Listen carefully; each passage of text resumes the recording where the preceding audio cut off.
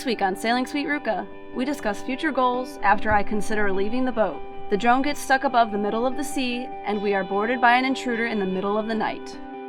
I'm Kate. This is Curtis and Roxy the dog. This is our tiny home, Sweet Ruka. We left everything to sail around the world without going through the canal. You heard me right.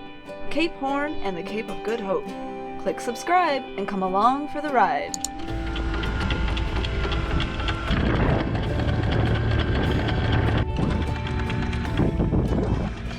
Okay, real talk. We knew buying a cruising boat was going to bring on challenges. We just didn't know which challenges. We expected strong weather and tough sailing conditions, but we didn't realize the toll it was going to have on our relationship. We lacked communicating efficiently, and even though we knew we had different communication styles and different personalities, those came to light even more because of the boat and because of the pandemic. The draw to get off the boat and follow my own path was growing even stronger for me. So we decided to use outside resources for help to work through the uncomfortable experiences we were having together. Working on the boat had taken priority over everything, and everything else was just put aside. We needed to learn to work together better if we wanted to continue sailing on this boat. We decided to set sail to the next island. Sailing always helps us feel better and puts us at ease. And we also thought that maybe we could try a new experience that wasn't sailing together. So you'll see that more in the next few episodes. It allowed us to focus on a goal that did not revolve around the boat. So while times were tough, enjoy the experiences of Sweet Ruka in this episode.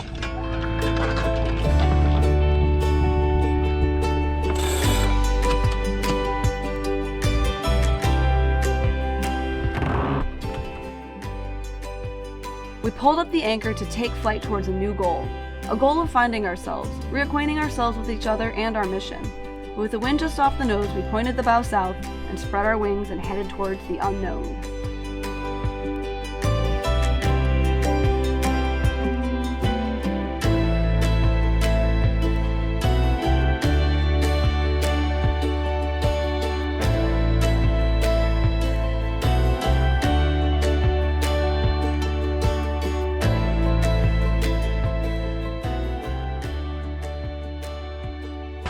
Land ho! There's St. Croix. It was a nice reach. We're almost here. So St. Croix is about 10 miles out right now, maybe 11, and we're just cruising right along, enjoying the day.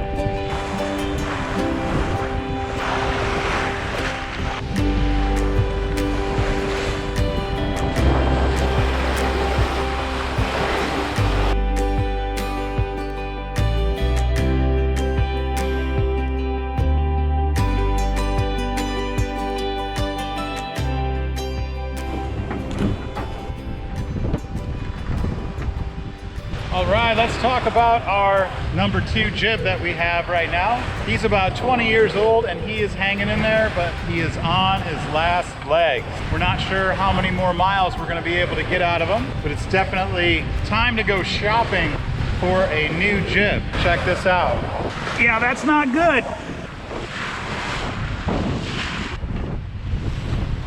The big thing that you can see, the laminate has kind of come undone or separated, or what we call delaminated. Those inside threads of the sail are no longer glued together. And that's right at the bottom where we need the sail to be the strongest to be able to furl it. So if we ever have a problem and it rips here, the sail will be really hard to furl.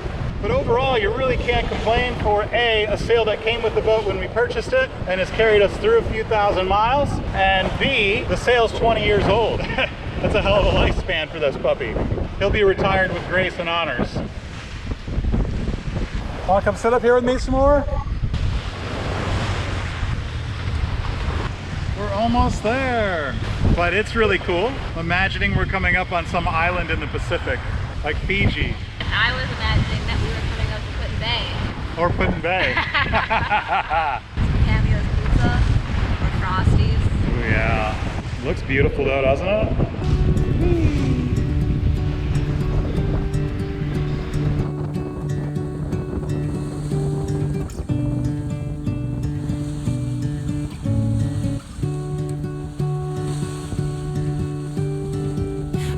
Like being on my own, I could use someone to hold. And I've been trying to fill the void, but my it's getting cold.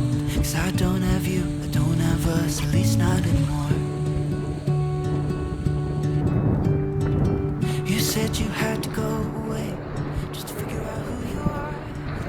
We are coming up on St. Croix. It's looking really good. The sun is setting on the hills, and it is absolutely beautiful. What a great day to sail. Waiting for love, try to forget about you makes me restless. Waiting for love, waiting for love. I don't know what else I can do, it's hopeless to be holding on to you.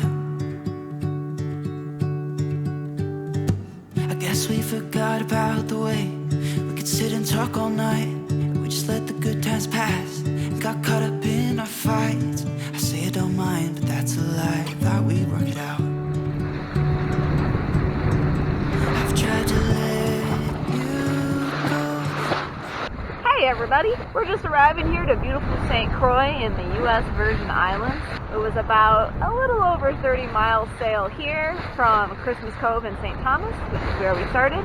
And we are going to go snorkeling and adventure and try to enjoy some time on land. We're going to eat some hot dogs, do a little swimming, and have some fun.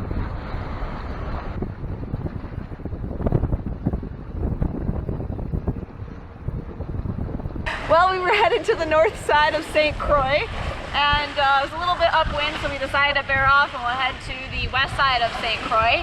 On our way, right as we're bearing off, I was down below getting some water for us, and Curtis just shouted, "Whoa!" And I'm thinking, what happened?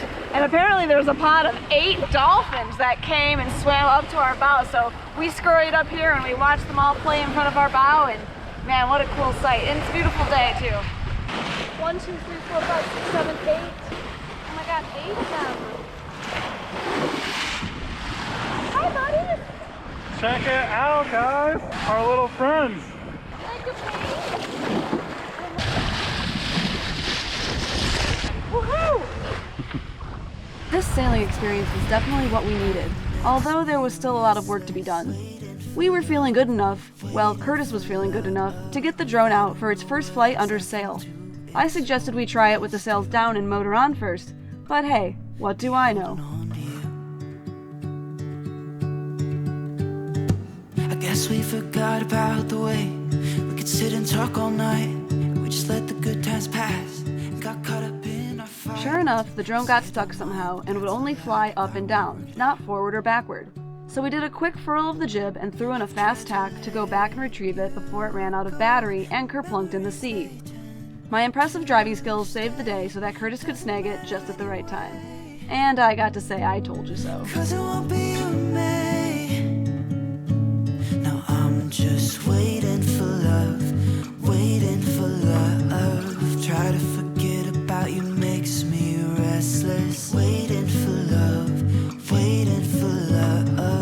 I don't know what else I can do, it's hopeless to be holding on to you. We made it! We're in St. Croix! Woohoo! Beautiful!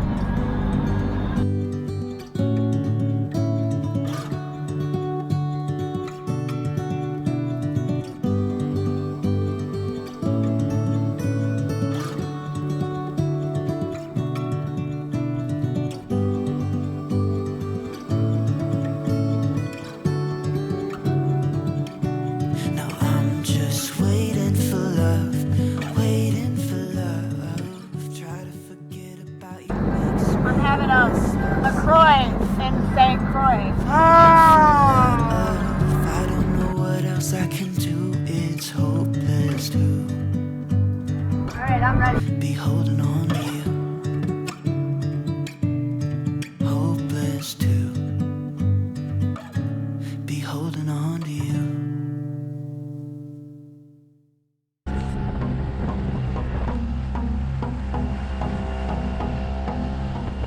We managed to drop the anchor down on the well-protected west side of St. Croix in Frederiksted. It was beautiful pulling up to the Frederiksted Pier with its colorful, aquatic-themed mural, even though climbing the pier wall is a bit challenging for us shorties. The clock tower greeted us, and blue skies mirrored turquoise waters, and boats were starting to fill the anchorage, as many were trying to find space from the overcrowding in St. Thomas and St. John from the pandemic. Frederiksted, also known as Freedom City, because they were the first ones to fire a cannon in 1776 to recognize our liberation. All right, behind us we have the Oscar E. Henry Customs House, and it was built in the 1700s. It's a historic landmark here in the U.S. Virgin Islands, and today it houses the U.S. Virgin Islands Department of Tourism.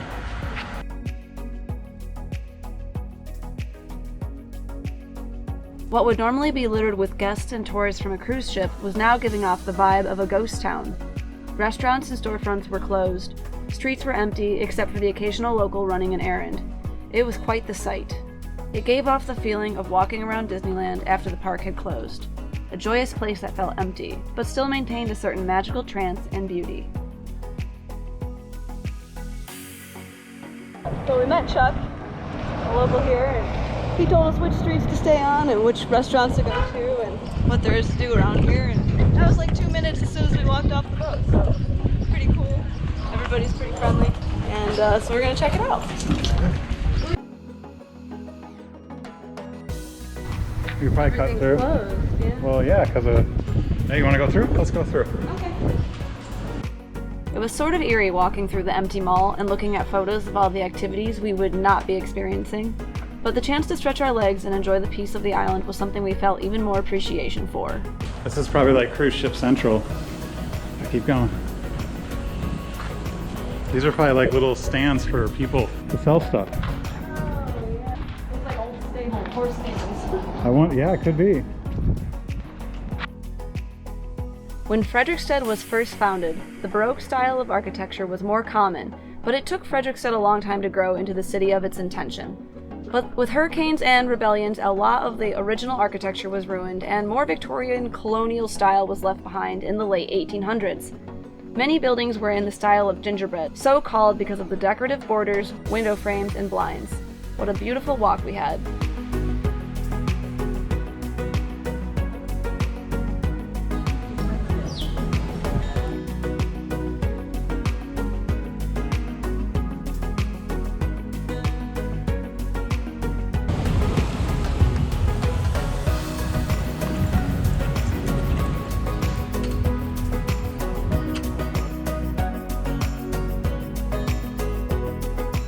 The Vern I. Richards Veteran Memorial Park was adorned with 5 marble obelisks that represent the 5 military branches of the United States.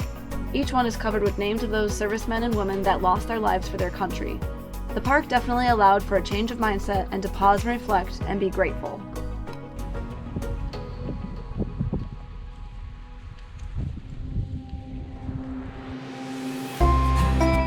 We felt that getting off the boat more would help us solve some of our differences, and while the hike around town was lovely, we decided to run over and meet our boat neighbors. They were a really awesome couple that sailed their 28-foot steel boat called Yellowbird all the way down from Canada. Their story had reached many, as that is quite the journey in a much smaller boat. Though she be but little, she is fierce, to quote Shakespeare. We both regaled in stories of our trips sailing from the north, catching fish and sailing through storms, Yellowbird even surviving a galley kitchen fire while at sea. Sharing our time with these fellow spirited sailors was certainly a fantastic boost to our morale. And of course, Roxy got in on the love too.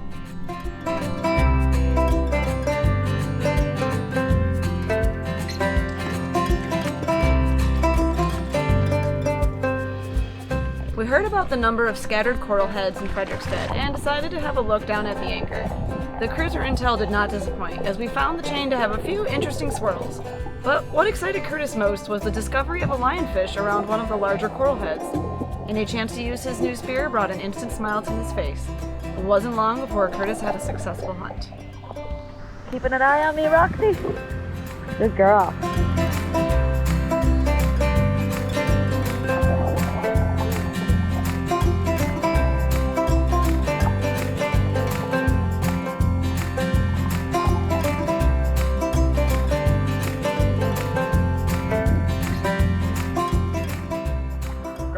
Got him. He's a good one. One invasive species down. What you got there, babe? We got ourselves a little lionfish. Might be dinner, maybe not, either way. Invasive species, and they're not good for the other fish in the reef. So word is, if you see them, you kill them. I saw one, but now I gotta get this guy off here. The fun part. He's dead.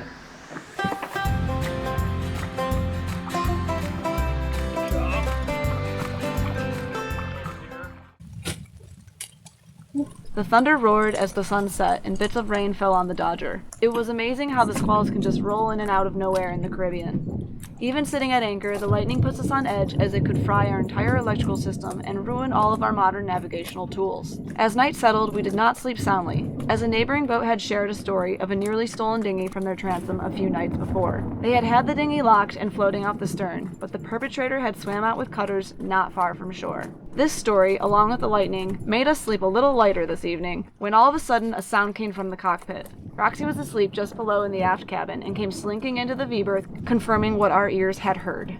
Curtis grabbed the mag light and slipped through the V-berth hatch to check out the slight banging noise that was coming from our boat. I walked back towards the companionway and awaited my signal from Curtis, when all of a sudden his deep bellowing laugh made its way across the bay at 2 a.m. I opened the companionway hatch to see Curtis shining his flashlight on something that gave me a laugh too. The camera?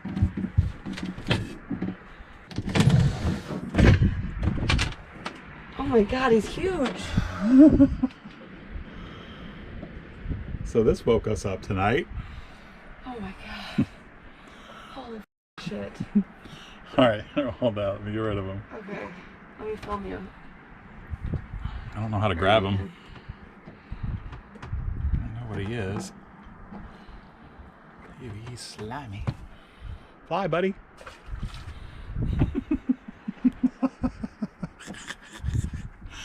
Well, there's our intruder. Oh my god. I'm like, Curtis, I hear noises. And so Curtis comes searching to see like what the noise is about, and like there was almost a dinghy theft like 3 nights ago, and all I hear is Kurt laugh. He goes, "It's a flying fish." And that was the biggest flying fish I've ever seen, I think. Oh my god. Oh, it smells like fish. It does. Alright, let's go back down. Okay. Oh my goodness. Oh my god. Join us next week to find out the new challenge Kate and Curtis take on together.